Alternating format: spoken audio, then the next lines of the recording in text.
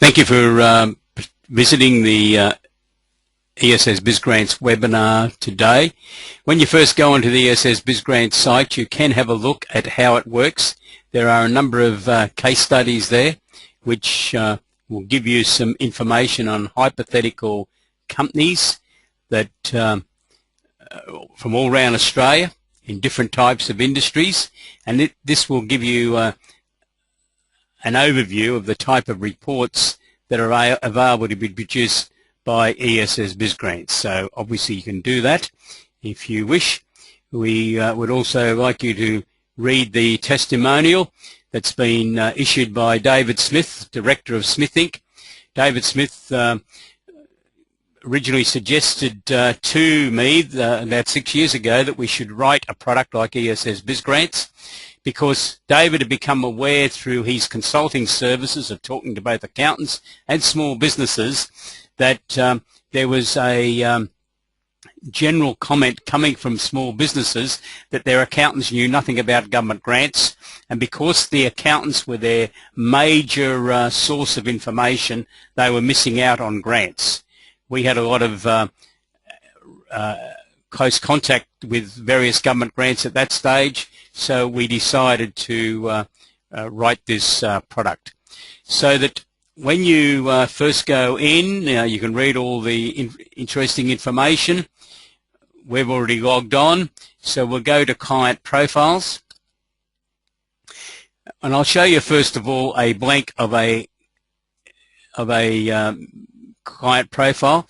Now these client profiles were developed from us examining about 200 government grants and looking at the key criteria that they were looking for. We're using cloud technology, so you can decide whether you're going to utilize the client's name or you want to use a reference number, because our suggestion is that you leave the data in the system and merely update it next year so that you don't have to keep on recreating it. The other important thing is that if a new grant is announced by the government and we then place the details in ESS BIZGrants, the next time you log on to that client's name, the new grant will be reflected in grants that are potentially available for that client. So because you've got the client data there, the system's continuing to work. Entity is a very important area. The government has grants available for various entities. Undoubtedly, the most popular entity as far as government is concerned is a company, but you need to specify what entity the business is. You then need to answer questions: does the business export? Does it import? Number of employees are very important, because there are some grants that have specific numbers of employees. Indeed, there's been a new grant announced for apprentices recently, which stipulates that there cannot be more than 200 employees in the business applying for the apprenticeship grant. Businesses need to have an ABN. This product at this stage is only targeted at small, medium enterprises, so it's not suitable for charities or not-for-profit organisations. So you need an ABN. How many years you've been in business is also important. The Enterprise Connect grant has a requirement that the business must have been operating for at least 3 years, because it stipulates that the business should have lodged 3 annual business activity statements. Turnover is also very important. There are various grants around that stipulate turnover requirements of $750,000, $2 million, $10 million, $20 million, $50 million. So there's various turnover, both minimum and maximum figures. Annual expenditure has been included because Enterprise Connect has this concept of saying that you are required to have a minimum expenditure or a minimum turnover. It's to take into account that some businesses have spent a lot of money on developing their research and development, their prototype plant, patent expenses, etc. So you could have a situation where a business in Sydney that in the manufacturing industry would be required to have a $2 million turnover could in fact have a very little turnover, maybe only $100,000, but because it has spent more than $2 million would be eligible for the Enterprise Connect grant. Why we're featuring Enterprise Connect in this way is that Enterprise Connect is the numeric largest grant operating in Australia. There's been about 10,000 businesses approved already this year in Enterprise Connect, so it's very important that we accommodate the Enterprise Connect requirements. Businesses need to be registered for GST. As I said before, they can't be tax exempt. We need to identify whether the business is involved in research and development, because that triggers a number of grants, not just the R&D tax rebate. And there's a question there about, are there concerns about the financial vulnerability of the business? The reason that's there is that the government bureaucrats don't like the idea of recommending to a minister that a grant is allocated to a business that within a few days or a week is in liquidation. So you only answer yes to that question if there are real concerns. Virtually the liquidators are walking up the footpath. If not, I wouldn't answer yes, because once you answer yes, the system will not identify any grants that might be available. Now we're going to go back to an actual profile, because the system won't allow us to go anymore unless we've put some details in. A few weeks ago, we developed this hypothetical company called Canback Manufacturing as a business in Bankstown in Sydney. So we've already identified it as a company. We said it's an exporter. It does some imports. The interesting thing there is if a business imports and then exports that product as a component of something else or on its own within 12 months, then the business doesn't have to pay any GST or import duties on the import of that product. In fact, they don't have to pay them at all. So that's a real cash flow saving for the business. This business has been in business for 12 years, turnover 6.8 million. So we'll save that. Now that hasn't taken too long to enter that data. I told an accountant this morning it would take about 8 minutes, and he laughed and said, no, my staff type faster than you, Peter. It'll only take about 4 minutes. So that's great. You then need to put some entity details in. Or in fact the system re-summarises them. When you've entered the address details, based on the postcode, the system identifies what area of Australia the business is located. Because this is in Bankstown in Sydney, it's been identified as being one of the major cities of Australia. Now that's primarily for that Enterprise Connect grant once again. But when we had the opportunity of entering this data in the system, we had 3 or 4 other locations we could have entered.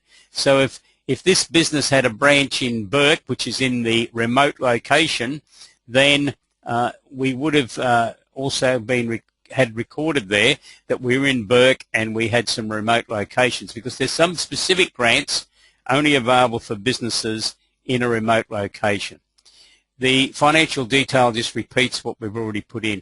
Business and industry profiles, very important. The government grants are built around knowing who the business is, and according to the Australian and New Zealand industrial classifications, these are the businesses, so you need to enter one of them. Now we've identified as a manufacturer. And then we have industries, and they also are utilising the Australian and New Zealand standard industrial classification. So you need to go through and identify in which industry your client's operating. Now can you see by the answers I've got here, you can have more than one industry. Indeed, some of your clients might be operating in 4 or 5 different industries. Please put them in, because there are various grants that are only there for particular industries. And if you don't put the industries in that your client's operating in, you might potentially miss out on that grant. If you're in doubt, you can go to the Australian Bureau of Statistics website. I'm not going to do it now because it takes a little while, but you could click onto that URL there. It will take you to the Bureau of Statistics, and then you can go through the pages of material and determine which industry the client might belong. So that's the basic data that I normally say might take 8 to 10 minutes to complete, that you put into the system about your client. I believe a junior accounting team member, or even a client service officer should be able to complete that detail for the client. And if you're doing the client's accounts and tax returns, I believe it's an ideal opportunity for you to enter this detail as you're doing that, so that when the client comes in for their final interview, you're in a position of being able to show them a report on the grants that you've identified for them. So let's go ahead and see what grants we might get if we hit search. Now, we've already played around with this client, but normally when you go into pending, it would list all the grants. Now, there's 9 different apprenticeship grants in Australia, although there's been some recent changes, so some of what's on this client will be changing shortly. But and what we have here is some clean technology program grants. Now, they were only entered in the system after we'd done the profile on CAMBAC, so that's illustrating that point that I made before, that if a new grant is introduced into ESS BIZGrants, it will then be identified as a pending grant for a client that's got the attributes that would make that grant applicable to them. And in this case, it was the manufacturing industry that made them applicable. So what I'm going to do is just go back and go into potentially eligible, because that's where we've already been. So we've got 11 grants that we're saying this business is potentially eligible. Now, when CAMBAC first contacted their accountant, they might not have had any idea that they were eligible for some grants. We can click onto any of these, but I'm picking grants that there's about 8,000 businesses access export market development grants each year, yet Austrade claims there's about 40,000 small businesses export. Why aren't the rest of them claiming it? Maybe they don't spend enough. You have to spend in excess of $20,000 to be able to claim a export market development grant. The other key thing is applications have to be in by the 30th of November each year, and there are no extensions. But you can then read the funding details. If the client has spent more than $20,000, they could be getting 50% of that amount, up to a maximum of $150,000. So if they're doing some export market activities, and under the headings, there are 13 different grant categories that they could be applying for. So it's worth looking at. We have included the grant toolkit, and what this has is a paper that you can read and you can show your client as to how this particular grant works. And obviously what I'm showing you now has been repeated for every grant that we're showing in the system, a few hundred of them, so that if you want to, you can sit and read this beforehand, so you've got a better idea as to how the grants operate, or you could print this and give it to your client or email it to your client, so your client has a far better idea of how a particular grant works. There is also a checklist form there if you wanted to refer to it, which gives a better summary of the expenditure that's going to be able to be claimed. So you can see that there are some sub-limits in this grant, but when I said there were 13 headings, there's then quite a number of subheadings under each of these headings as to items that can be claimed under that grant. Now, we then need to answer some additional criteria. When we originally started the design of ESS BIZGrants, I said to you we looked at a couple of hundred grants and we identified the key questions. They were those questions in the client profile. There's about 20 of them at the very beginning. But we knew we then had another 550 odd questions for all the other grants. Now, if we'd put all them at the beginning, no one would have waded their way through it. So we tried to funnel down to find who might be interested, in this case, in an export market development grant. And then we have some additional criteria that you need to answer if you're going to be reasonably confident that your client could be eligible for this grant. And we've tried to put these additional criteria questions into a pecking order, because if you're not going to be eligible, well, the quicker you find out, the better. Saves wasting time. So obviously this is one of the key questions. Have you spent some money on doing export market development grants? You can't apply for this grant if you are just thinking about it or you haven't spent any money. So there's that initial question. We've already gone through and answered these questions. Incidentally, they all don't require a yes answer. In some cases, the correct answer is no. But let me change this and say we're going to answer no. What the system's done has changed and said you are now ineligible for this grant because you've answered no when the answer should have been yes. Now, you can change it back if you wish, but I won't do that quite now. You then don't need to look at the rest of the questions, but we've left them there so you can get an idea of what those questions might be. You might be thinking about another kind.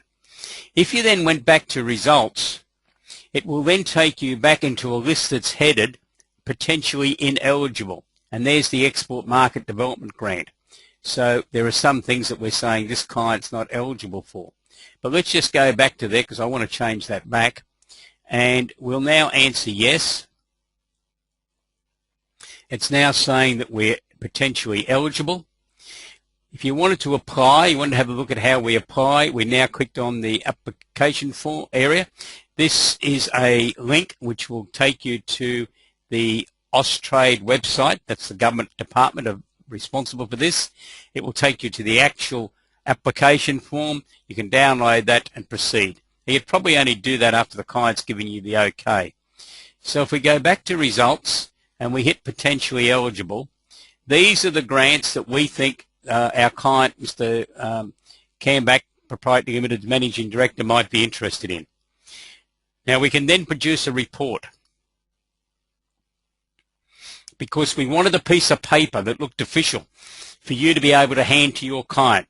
Because what I'm suggesting you do is when your client comes in for their final annual accounts and tax review, this is an ideal opportunity to present this report to them.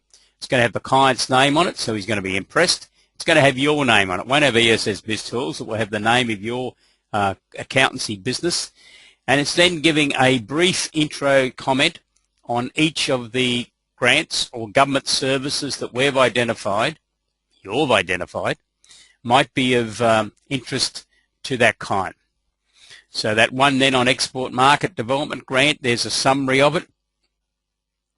Incidentally, there's a disclaimer at the bottom of each page of this report, and that's to protect both you and ourselves, because no one's guaranteeing to these clients that they're going to be eligible for these grants, because they've got to go through an application process with the government department.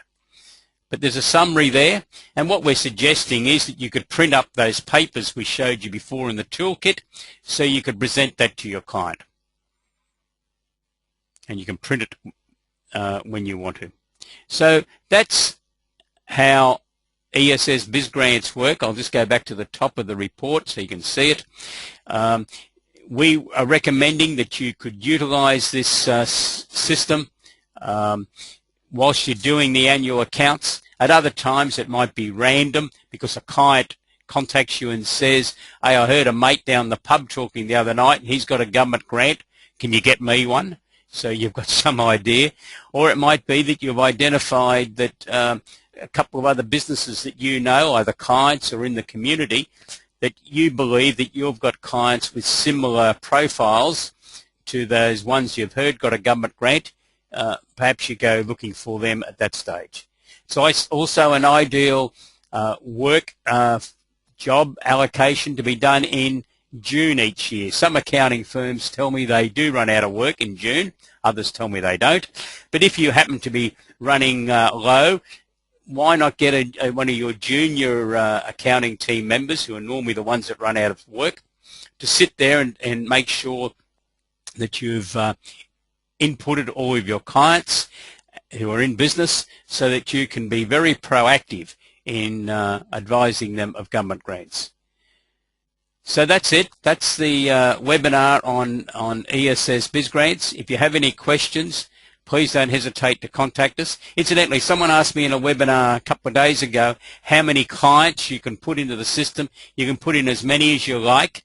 The system will accommodate them, and you can leave them in there. If you're worried about your client name being on cloud technology, give them a reference number, and just remember to record the reference number so you can use it again next year. So thank you very much, and if you've got any questions, please send them to us, peter@essbizgrants.com.au. Thank you very much. Goodbye.